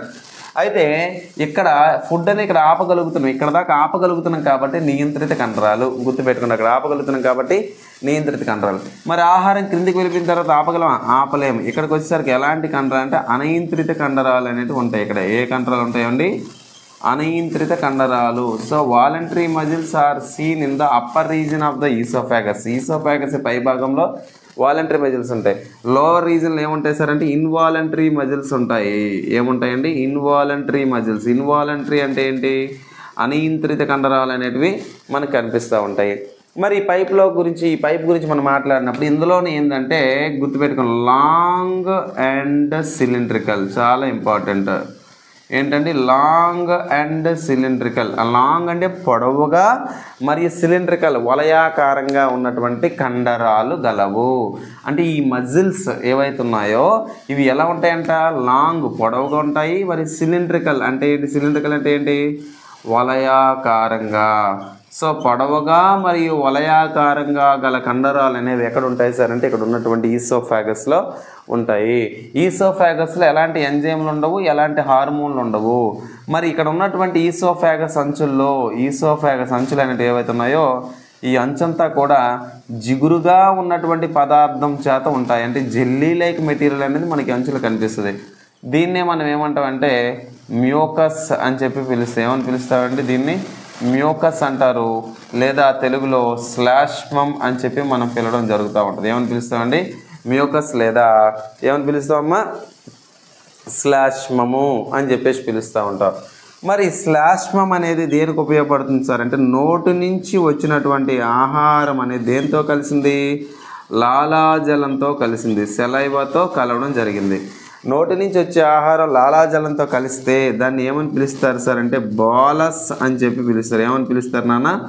బోలస్ అంటారు. సో నోటు నుంచి ఈ జిగురు వంటి ఆహారం అనేది జారుకుంటూ రావడానికి గల కారణం ఏంటంటే లాలాజలం కలిసింది. దాన్ని ఏమని పిలుస్తారంటే బోలస్ అని చెప్పి పిలవడం జరుగుతుంది. మరి ఇలాంటి బోలస్ అనేది ఏదైతే ఉందో ఈ ఆహారం ఆహార నాళం ఫుడ్ పైప్ ద్వారా జారుకుంటూ వస్తూ ఉంది. అంటే లూబ్రికేషన్ ఆఫ్ ఫుడ్ అనేది ఏదైతే ఉందో లూబ్రికేషన్ ఆఫ్ ఫుడ్ అన్నమాట. అంటే ఆహారానికి జారుడు స్వభావం కలిగించేది అన్నమాట. అంటే ఈసోఫాగస్ ఫుడ్ పైప్లోని అంటే ఇక్కడ ఆహార నాళంలో జారుడు స్వభావం కలిగించే నేచర్ దేని వల్ల వస్తుంది సార్ అంటే అలాంటి పద్ధతి దేని వల్ల వస్తుందంటే ఈ శ్లాష్మం వల్ల రావడం జరుగుతుంది. దేని ద్వారానైనా శ్లాష్మం వల్ల రావడం జరుగుతుంది. మరి ఆహారం తీసుకునేటప్పుడు ఎప్పుడు కూడా హుండీలో రూపాయి బిళ్ళ వేస్తే టాప్ను వెళ్ళి ఇలా పడిపోయేటట్టు కాకుండా ఆహారం లోపలికి వెళ్తే ఇలా కదలికల ద్వారా కిందకు వెళ్తుంది. అంటే ఆహారం అనేది ఇందు లోపల ఎలా వెళ్తుందంటే ఇలా కదలికలు అనేవి వేవ్ లైక్ తరంగ రూపంలో ఆహారం అనేది కిందకు వెళ్తుంది. అలాంటి చలనాలు ఆ తరంగ రూపంలో ఆహారం వెళ్తే అలాంటి చలనాలను ఏమంటారు సార్ అంటే పెరిస్టాలిక్ చలనాలు అని చెప్పేసి పిలుస్తారు నాన్న. ఏమని పిలుస్తారమ్మా? పెరిస్టాలిక్ చలనాలు అని చెప్పి పిలవడం జరుగుతుంది. ఏమని పిలుస్తారండి? పెరిస్టాలిక్ చలనాలు అంటారు. ఇంగ్లీష్ మీడియంలో రాస్తాను చూడండి, పెరిస్టాలిక్ మూమెంట్స్ అని చెప్పి మనం పిలవడం జరుగుతుంది. ఏమని పిలుస్తామమ్మా? పెరిస్టాలిక్ మూవ్మెంట్స్ అని చెప్పి మనం పిలుస్తాము. గుర్తుపెట్టుకుని పెరిస్టాలిక్ మూవ్మెంట్స్ లేదా ఏమని పిలుస్తామంటే పెరిస్టాలిక్ చలనాలు అని చెప్పేసి మనం పిలవడం జరుగుతుంది. చాలా చాలా ఇంపార్టెంట్. పెరిస్టాలిక్ మూమెంట్స్ ఎక్కడ చూస్తామంటే ఇక్కడ చూస్తాము. మరి చిన్న ప్రేగుల్లో కూడా మనం చూస్తాం. చాలా ఇంపార్టెంట్. ఎక్కడ చూస్తామండి? చిన్న ప్రేగుల్లో చూడడం జరుగుతుంది. మరి ఈ పైపుకి చివర వచ్చేసరికి ఈ పైప్ అనేది ఏదైతుంది పైపుకి చివర వచ్చేసరికి మనకి ఇక్కడ ఒక మూత వంటి నిర్మాణం అనేది కనిపిస్తుంది అనమాట. ఇలాగే ఓకేనా. ఇక్కడ ఏం కనిపిస్తుందండి? మూత వంటి నిర్మాణం కనిపిస్తుంది. ఎందుకంటే ఆహారం అనేది కిందికి వెళ్ళిన తర్వాత వెనక్కి రాకుండా ఉండడానికి మూత లాంటిది కనిపిస్తూ ఉంటుంది. ఆ మూత లాంటి నిర్మాణాన్ని మనం ఏమని పిలుస్తాం సార్ అంటే గుర్తుపెట్టుకోండి. దాన్ని ఏమని పిలుస్తాము అనేది ఇక్కడ ఇంపార్టెంట్ అనమాట. ఏంటి అంటే హార్దిక సంవరణి అని చెప్పి పిలుస్తారు. మూత వంటి నిర్మాణాన్ని ఏమని పిలుస్తారు నాన్న? హార్దిక సంవరణి అని చెప్పి మనం పిలవడం జరుగుతుంది. హార్దిక సంవరణి అంటే ఏంటి అంటే ఇంగ్లీష్లో కార్డియాక్ స్ఫింక్టర్ అని చెప్పి మనం పిలుస్తాము నాన్న. ఏమని పిలుస్తామమ్మా? కార్డియాక్ స్ఫింక్టర్ అని చెప్పి మనం పిలుస్తాం. ఏమని పిలుస్తాము? కార్డియాక్ స్ఫింక్టర్, హార్దిక సంవరణి అని చెప్పి మనము పిలవడం జరుగుతుంది. ఇక్కడ ఇంపార్టెంట్ ఏంటి అంటే ఆహార నాళం ద్వారా ఆహారం అనేది జీర్ణాశయంలోకి వెళ్ళిన తర్వాత వెనుకకు రాకుండా ఉండేందుకు ఇక్కడ అడ్డంగా ఉండే గరాటు లేదా అడ్డంగా ఉండే సంవరణి స్ఫింక్టర్ ఏంటి సార్ అంటే కార్డియాక్ స్ఫింక్టర్ అని చెప్పేసి మనం అంటాం. మరి ఇక్కడ ఆహారం అనేది ఆహార నాళంలోకి వెళ్ళిన తర్వాత జారుకుంటూ ఎక్కడికి వెళుతుంది అంటే కనుక ఎక్కడికి వెళుతుందంటే జీర్ణాశయంలోనికి వెళుతుంది. ఎక్కడికి వెళుతుందండి? జీర్ణాశయంలోకి వెళుతుంది. ఎగ్జామ్ హాల్లో ఇవి వరుసలో పెట్టండి అడుగుతారు పార్ట్స్ని, అప్పుడు ఇబ్బంది పెడతాం ముందు తెలుసుకోపోతే కనుక. సో జీర్ణాశయం అనం. మరి జీర్ణాశయము అంటే ఇంగ్లీష్లో ఏమంటారు సార్ అంటే స్టొమక్ అని చెప్పేసి మనం పిలుస్తాం అనమాట. స్టొమక్ అంటారు. మరి జీర్ణాశయం గురించి అధ్యయనం చేయడాన్ని ఏమంటారంటే గ్యాస్ట్రోఎంటెరాలజీ అని చెప్పి మనం పిలుస్తాం. ఏమని పిలుస్తామండి? గ్యాస్ట్రోఎంటెరాలజీ అని చెప్పి మనం పిలుస్తాం. ఏమని పిలుస్తాం నాన్న? గ్యాస్ట్రోఎంటెరాలజీ. చాలా చాలా చాలా చాలా ఇంపార్టెంట్. ఓకే, గ్యాస్ట్రోఎంటెరాలజీ అని చెప్పి మనం చదువుకుంటాం. మరి జీర్ణాశయం అనేది ఏ ఆకారంలో ఉంటుంది సార్ అంటే డయాగ్రామ్ వేద్దాంలండి.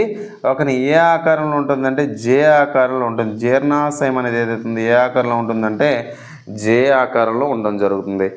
జీర్ణాశయంలో ఉన్నటువంటి గ్రంథులు ఒక స్టమక్లో ఉన్నటువంటి గ్లాండ్స్ ఏవైతే ఉన్నాయో వాటిని ఏమంటారంటే జీర్ణ గ్రంథులు అని చెప్పి పిలవడం జరుగుతుందండి. ఏమని పిలుస్తామండి?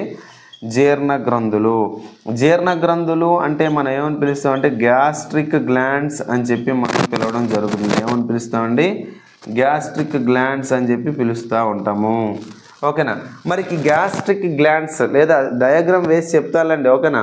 గ్యాస్ట్రిక్ గ్లాండ్స్ నుంచి వస్తున్నటువంటి పదార్థాలు ఏమన్నా ఉన్నాయా అంటే జీర్ణ గ్రంథుల నుంచి వచ్చినటువంటి పదార్థాలు ఏవైతే ఉన్నాయో వాటిని ఏమని పిలుస్తారంటే జీర్ణ రసాలు అని చెప్పేసి పిలుస్తారు. ఏమని పిలుస్తారమ్మా? జీర్ణ రసాలు అని చెప్పి పిలుస్తారు. గుర్తుపెట్టుకోండి. ఓకేనా. జీర్ణ రసాలు. సో ఇంగ్లీష్లో అయితే గ్యాస్ట్రిక్ జ్యూసెస్ అని చెప్పి పిలుస్తారు నాన్న. ఏమని పిలుస్తారమ్మా? గ్యాస్ట్రిక్ జ్యూసెస్ అని చెప్పి పిలవడం జరుగుతుంది. ఓకేనా. Gastric juices. మరి గ్యాస్ట్రిక్ జ్యూసెస్ లోపల ఎవరెవరు ఉంటారు సార్, ఏం చేస్తారు సార్ అనేది మనం తెలుసుకునే ప్రయత్నం చేద్దాం. గ్యాస్ట్రిక్ జ్యూసెస్ లోపల ఎవరెవరు ఉంటారు, ఏమేమి చేస్తారని తెలుసుకుందాం. ఓకేనా. మరి గ్యాస్ట్రిక్ జ్యూసెస్ అన్నాం కదా, గ్యాస్ట్రిక్ జ్యూసెస్ చాలా ఇంపార్టెంట్. జీర్ణ రసాలు అని ఎవరెవరిని పిలుస్తారు సార్ అంటే గుర్తుపెట్టుకోండి. జీర్ణ రసాలు అని ఎవరిని పిలుస్తారంటే హెచ్సిఎల్ను, అదేవిధంగా అదేవిధంగా పెప్సిన్ అనే పిలుస్తున్నటువంటి ఒక ఎంజైమ్ను. పెప్సిన్ అనేది ప్రోటీన్లను జీర్ణం చేస్తుంది. గుర్తుపెట్టుకోండి. పెప్సిన్ అనేది ఏం చేస్తుందండి? ప్రోటీన్లను జీర్ణం చేస్తుంది. Protein digestion. ప్రోటీన్ జీర్ణం చేసి ఎలా మారుస్తుంది సార్ అంటే ప్రోటీన్లను కాస్త పెప్టోన్లుగా మారుస్తుంది. అవి తర్వాత అమైనో ఆమ్లాలుగా మారుతాయి తర్వాత రియాక్షన్లో. ఓకేనా. సో పెప్సిన్ అనేది ఏదైతే ఉందో, పెప్సిన్ అనే పిలుస్తున్నటువంటి ఒక ఎంజైమ్ ఏదైతే ఉందో ఇది ప్రోటీన్లను జీర్ణం చేయడంలో ప్రధాన పాత్ర పోషిస్తుంది.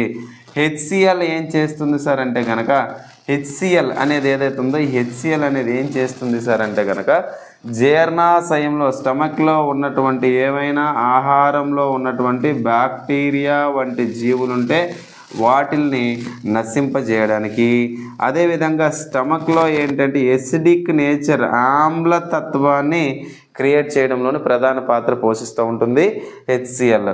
మరి జీర్ణ రసాలు అంటే హెచ్సిఎల్ అని చెప్పాలి, పెప్సిన్ అని చెప్పాలి. మరొకరు ఎవరున్నారు సార్ అంటే శ్లాష్మం అనేవాడు ఇక్కడ ఉండడం జరుగుతుంది. ఎవరండి? శ్లాష్మము. శ్లాష్మము అంటే మ్యూకస్ అని చెప్పేసి పిలుస్తారండి. మ్యూకస్ అనేది ఏదైతుందో ఒక లైనింగ్ అనేది ఏర్పరుస్తుంది. జీర్ణాశయం అంచుల్లో మొత్తం కూడా ఏంటంటే ఒక లైనింగ్ ఏర్పరుస్తుంది. ఎందుకు సార్ అంటే ఆమ్లతత్వం అనేది ఎక్కువ ఉంటే దాన్ని న్యూట్రల్ చేయడానికి ఉపయోగపడుతూ ఉంటుంది. ఇది జస్ట్ జీర్ణాశయానికి సంబంధించినటువంటి ఇంట్రడక్షన్. మరి తర్వాత క్లాస్లో ఏం చేస్తామంటే జీర్ణాశయం డయాగ్రామ్, స్టమక్ డయాగ్రామ్ వేసి మొత్తం కూడా మనం డిస్కస్ చేసి దాని లోపల ఉన్నటువంటి కంప్లీట్ డేటాని, హార్మోన్లు, ఎంజైమ్లు, అవి ఎలా జీర్ణం చేస్తాయి, ఏంటి, జీర్ణ వ్యవస్థకు సంబంధించినటువంటి కంప్లీట్ అంటే జీర్ణాశయానికి సంబంధించినట్టు కంప్లీట్ వీడియో అనేది మనం చేస్తాం. మరి ఈ వీడియోలో మనం ఏమి నేర్చుకున్నాం సార్ అంటే ఈ వీడియోలో మనం నేర్చుకున్నది ఏంటి అంటే లాలాజల గ్రంథుల గురించి మనం నేర్చుకున్నాం. లాలాజల గ్రంథులు ఏం చేస్తాయి, వాటి యొక్క విధులు ఏంటి, అవి ఎలా ఉంటాయి, ఎక్కడ ఉంటాయి అని చెప్పేసి మనం చదువుకున్నాం. మరి మీకు తెలుసు యాంటీ బ్యాక్టీరియల్ ఎంజైమ్ అంటే ఏంటో మీకు తెలుసు. అదేవిధంగా సెలైవరీ ఎమైలేజ్ లేదా లాలాజల ఎమైలేజ్ అంటే ఏంటో తెలుసు. లాలాజల ఎమైలేజ్కి గల మరొక పేరు ఏంటి సార్ అంటే స్టియాప్సిన్ అని చెప్పేసి మీకు చెప్పడం జరిగింది. ఏదండి? స్టియాప్సిన్ అని చెప్పేసి మనం చెప్పడము జరిగిందనమాట. దీని తర్వాత ఏం నేర్చుకున్నాం సార్ అంటే ఆహార నాళం లేదా ఈసోఫాగస్ అన్నాం. ఈసోఫాగస్ గురించి మనం చాలా ఎక్కువ బిట్స్ డిస్కస్ చేసుకోవడం జరిగింది. మరి ఈసోఫాగస్లో జరిగే చలనాలు ఏవైతే ఉన్నాయో ఆ చలనాలను ఏమంటారు సార్ అంటే పెరిస్టాలిక్. ఏంటంటే పెరిస్టాలిక్ చలనాలు అని చెప్పేసాను. ఇవి తరంగ రూపంలో మనకి చలనాలు అనేటివి కనిపిస్తూ ఉంటాయి. అదేవిధంగా మోస్ట్ ఇంపార్టెంట్ బిట్, ఎంటైర్ జీర్ణ వ్యవస్థ అనేది 3 రకాల కండరాలతో తయారవుద్ది అనమాట. అందులో మొదటిది ఏంటంటే మ్యూకోసా అని పిలుస్తున్నటువంటి కండరం. ఓకేనా? మొదటిది ఏంటంటే మ్యూకోసా అని కండరం అంటే ఒక పొరల్లా ఉంటాయి. రెండోది ఏంటంటే సబ్ మ్యూకోసా అని పిలుస్తున్నటువంటిది ఒకటి. ఓకేనా? Sub mucosa. మూడోది వచ్చేసరికి ఏంటంటే సెరోసా అని పిలుస్తున్నటువంటి మరొక రకమైనటువంటి కండరం అని చెప్పకూడదు. 3 రకాల పొరలు అనేటివి కనిపిస్తూ ఉంటాయి జీర్ణ వ్యవస్థ మొత్తం లోపల, మొత్తం 4 దగ్గర నుంచి వాయువు దాకా. ఓకేనా? సరే, మొత్తానికి ఇందులో ఉన్నటువంటి దీని గురించి కంప్లీట్గా మనం చదువుకున్నాం అనమాట.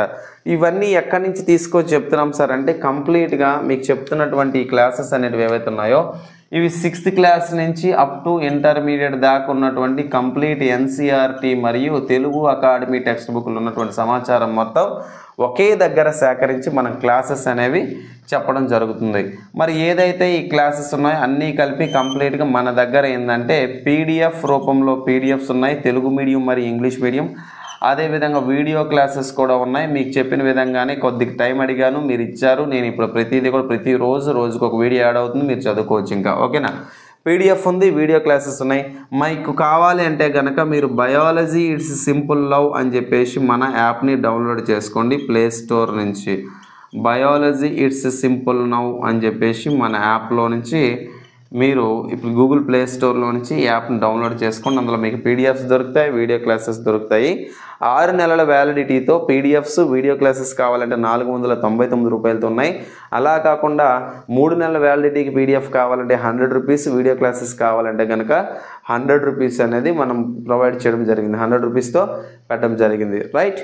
ఇంకా ఏమైనా డౌట్స్ ఉంటే కనుక కామెంట్ బాక్స్లో కామెంట్ పెట్టండి.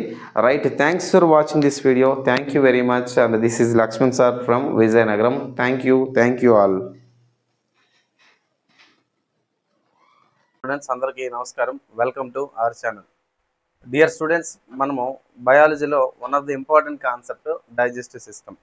మరి ఈ డైజెస్టివ్ సిస్టమ్ నుంచి మనం 2014 నుంచి రీసెంట్గా జరిగినటువంటి 2022 దాకా మనం ఒకసారి ప్రీవియస్ ప్రశ్నలను వైసీటీ బుక్లో ఒకసారి గమనిస్తే 98 ప్రశ్నలు ఓన్లీ ఈ జీర్ణ వ్యవస్థ మీద ఇవ్వడం జరిగింది.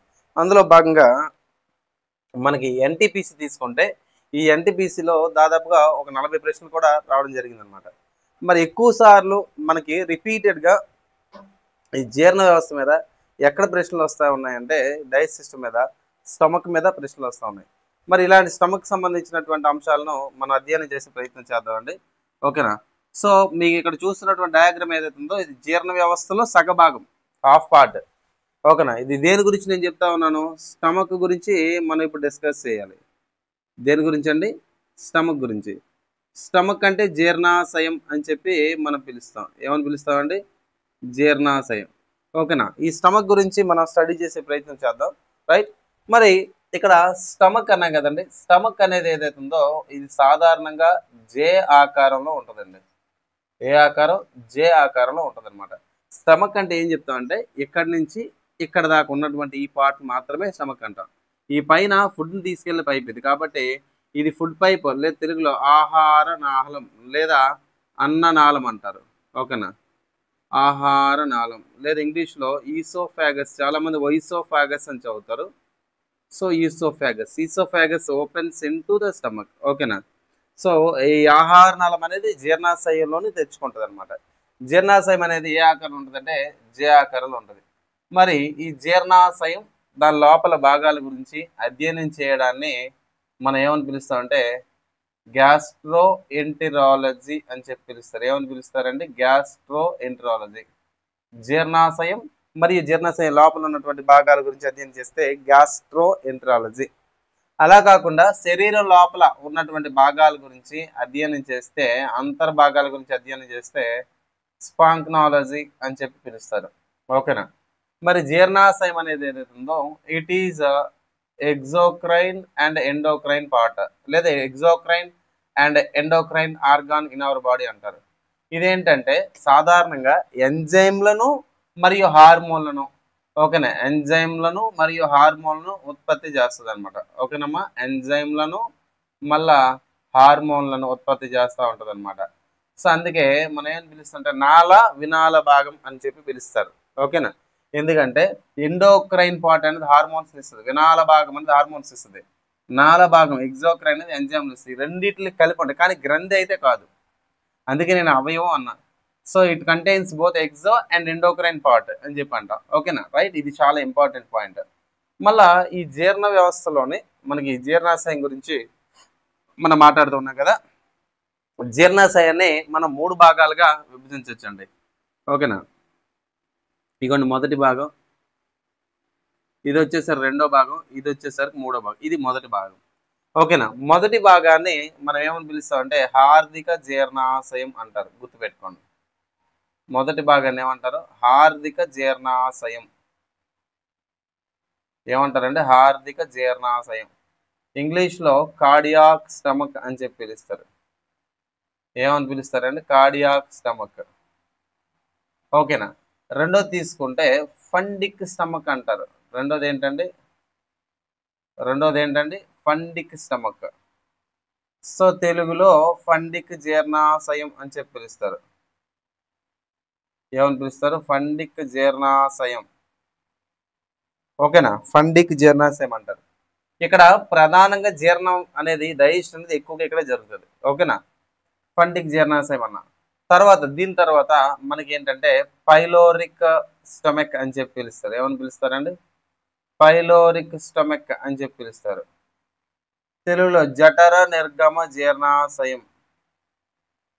ఏంటండి, జఠర నిర్గమ జీర్ణాశయం. ఇలా 3 భాగాలుగా మనం విభజించాం. ఓకేనా. సో ఇందులో మనకి మేజర్ పోర్షన్ ఆఫ్ డైజెషన్ జరుగుతుంది. ఇలా 3 భాగాలు ఉన్నాయి. ఇప్పుడు జీర్ణాశయం లోపల అండి, జీర్ణాశయం లోపల ఇలా మడతలు ఉంటాయండి. ఓకేనా, ఫోల్డ్స్ ఉంటాయి.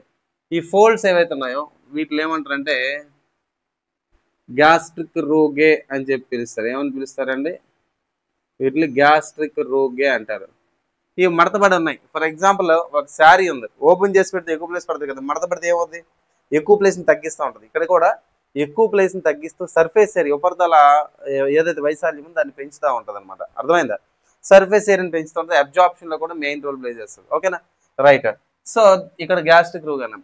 మరి ఇలాంటి జీర్ణాశయం అనేది ఏదైతే ఉందండి, ఇలాంటి జీర్ణాశయం అనేది జీర్ణాశయాల ఆహారం అనేది పాక్షికంగా జీర్ణం అవుతుంది. చాలా ఇంపార్టెంట్.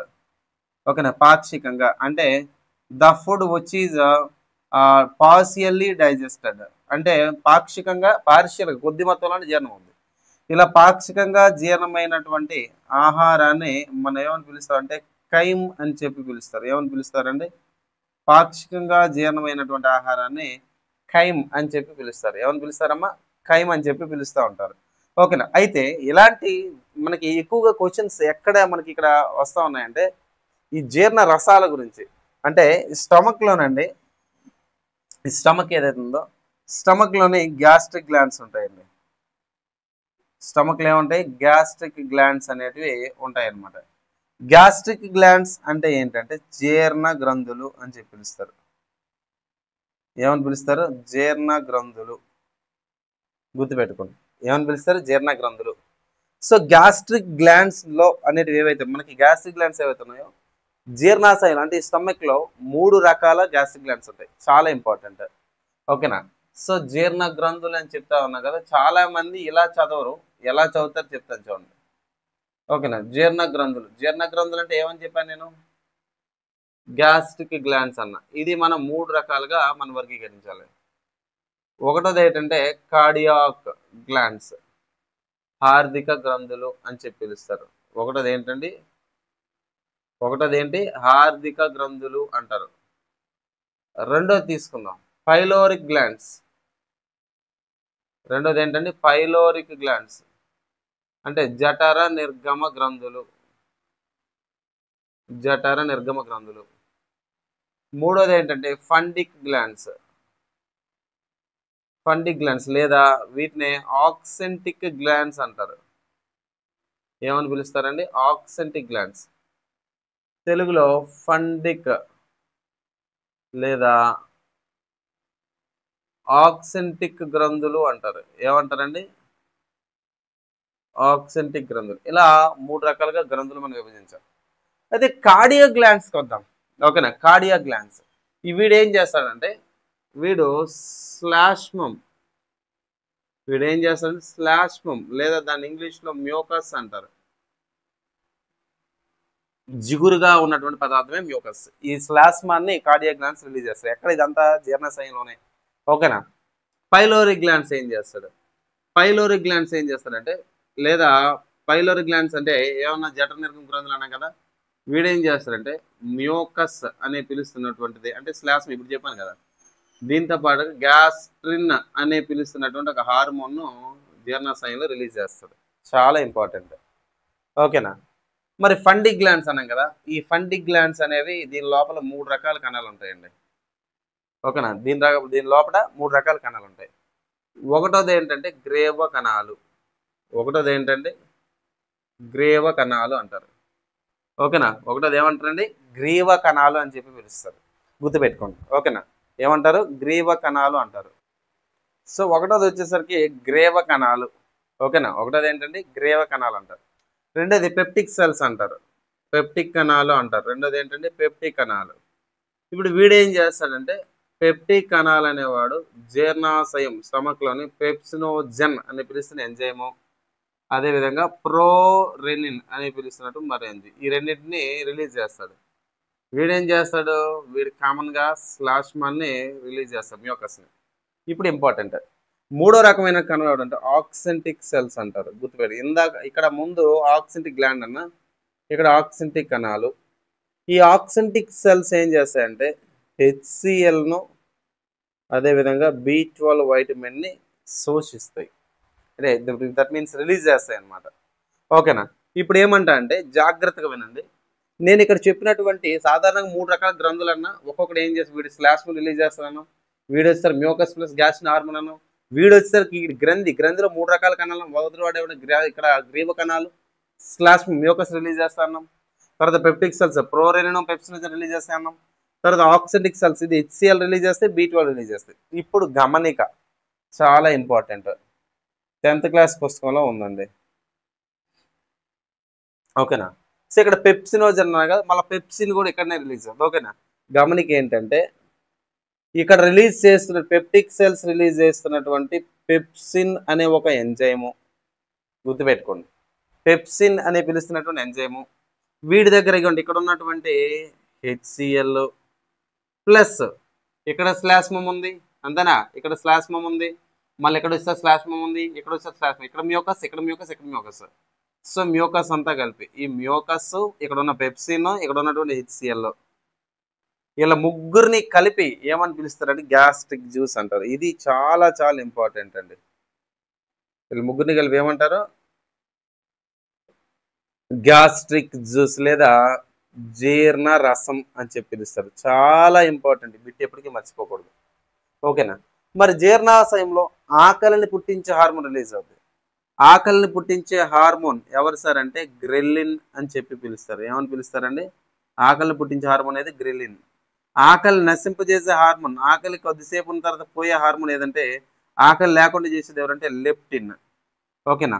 మళ్ళీ హెచ్సిఎల్ ఏం చేసేది సార్ అంటే జీర్ణాశయం, ఈ స్టమక్ ఉంది కదా, స్టమక్లో బ్యాక్టీరియా వంటి సూక్ష్మజీవులు మైక్రో ఆర్గానిజమ్స్ ఉంటే వాటిని నాశనం చేయడంలో ప్రధాన పాత్ర పోషిస్తుంది. పెప్టిక్ అల్సర్స్ అంటారు, పొట్ల కురుపులు అయిపోతాయి అనమాట. అయిపోవడానికి గల కారణం ఏంటంటే ఎక్కువగా హెచ్సిఎల్ కాన్సన్ట్రేషన్ పెరిగిపోవడం కానీ, లేదా ఇంటర్మీడియట్ బుక్లో ఉంది, లేదా హెలికోబాక్టర్ పైలోరీ అని పిలుస్తున్నటువంటి ఒక బ్యాక్టీరియా వల్ల.